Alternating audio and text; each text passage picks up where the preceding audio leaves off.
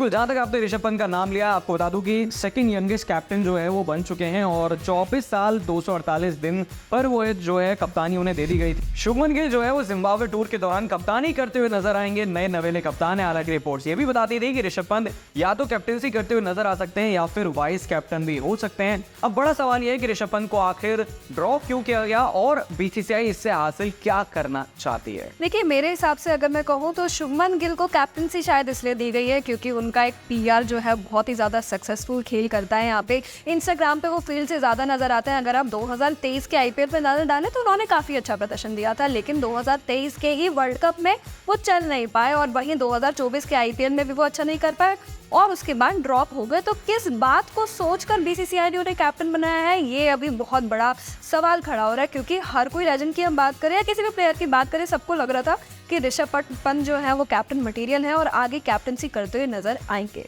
बिल्कुल, जहाँ तक आपने ऋषभ पंत का नाम लिया, आपको बता दूं कि सेकंड यंगेस्ट कैप्टन जो है वो बन चुके हैं और 24 साल 248 दिन पर वो जो है कप्तानी उन्हें दे दी गई थी। और जहाँ तक टीम इंडिया की बात है, T20 इंटरनेशनल 5 खेले गए थे, उसमें कप्तानी की थी। 2 इंडिया ने जीते थे, 2 हारे थे और 1 जो है वो बारिश की भेंट चढ़ गया था, उसका कोई रिजल्ट नहीं आया था। और ऋषभ पंत आईपीएल में जब कैप्टन रहे हैं, 30 मैचेस उन्होंने खेले हैं, 16 जीते हैं, 13 हारे हैं। तो आप खुद ही समझ लीजिए कि कितना अच्छा प्रदर्शन एज अ कैप्टन वो कर चुके हैं। और सबसे बड़ी बात ये है कि इतनी बड़ी इंजरी से उठ के ये इंसान आता है और फील्ड में क्या कमाल कर जाता है। सबसे बड़ी सोचने वाली बात यह है कि बहुत सारे ऐसे प्लेयर्स भी हैं जो हेल्थ वाइज बहुत अच्छे हैं, लेकिन उसके बावजूद भी फील्ड पर कुछ भी नहीं कर पा रहे हैं।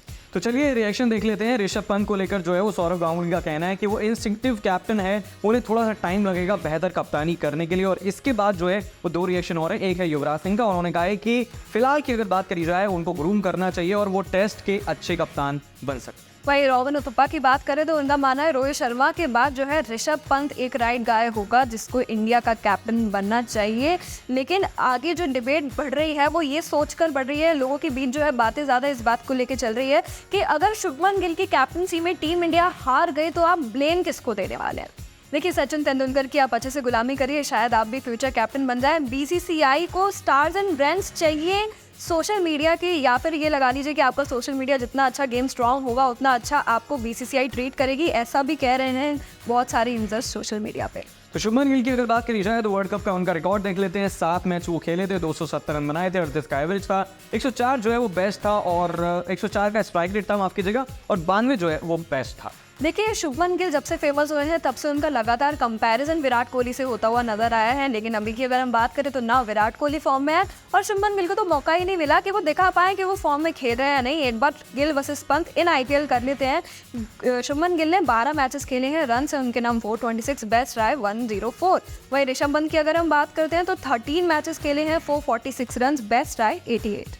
और जहाँ तक जीटी की बात है वो 8वें नंबर पर थी। दिल्ली की बात करें तो वो जो है वो 6वें नंबर पर थी। अब एक बार के लिए हम भूल जाते हैं कि ऋषभ पंत को जो है वो कप्तानी मिलनी चाहिए थी। अगर ऋतुराज गायकवाड़ की बात करें तो एशियन गेम्स में वो भी कप्तानी करते हुए नजर आए थे और काफ़ी सारे लेजेंडरी प्लेयर्स हैं जिनका मानना है कि जो ऋतुराज गायकवाड़ है उन्हें कैप्टन होना चाहिए। तो एक बार देख लेते हैं कि सीएसके में उनका रिकॉर्ड क्या है और 2024 उनका कैसा गया। देखिए, अगर हम सीएसके की बात करें तो सक्सेसफुल कैप्टन रहे थे वो एमएस धोनी के बाद, क्योंकि आप खुद ही सोचिए कि एमएस धोनी को हटा के अगर किसी को कैप्टन रखा गया है तो उसमें कुछ ना कुछ ऐसा जरूर होगा। उन्होंने 14 मैचेस के लिए 7 जीते 7 हारे और यहाँ पे सीएसके जो था आईपीएल के एंड में 5th पोजीशन पे उसकी जगह बनी हुई थी। और ऋतुराज गायकवाड़ ने आईपीएल में 14 मैचेस खेले हैं, रन है उनके 664, एवरेज है 55, स्ट्राइक रेट है 143।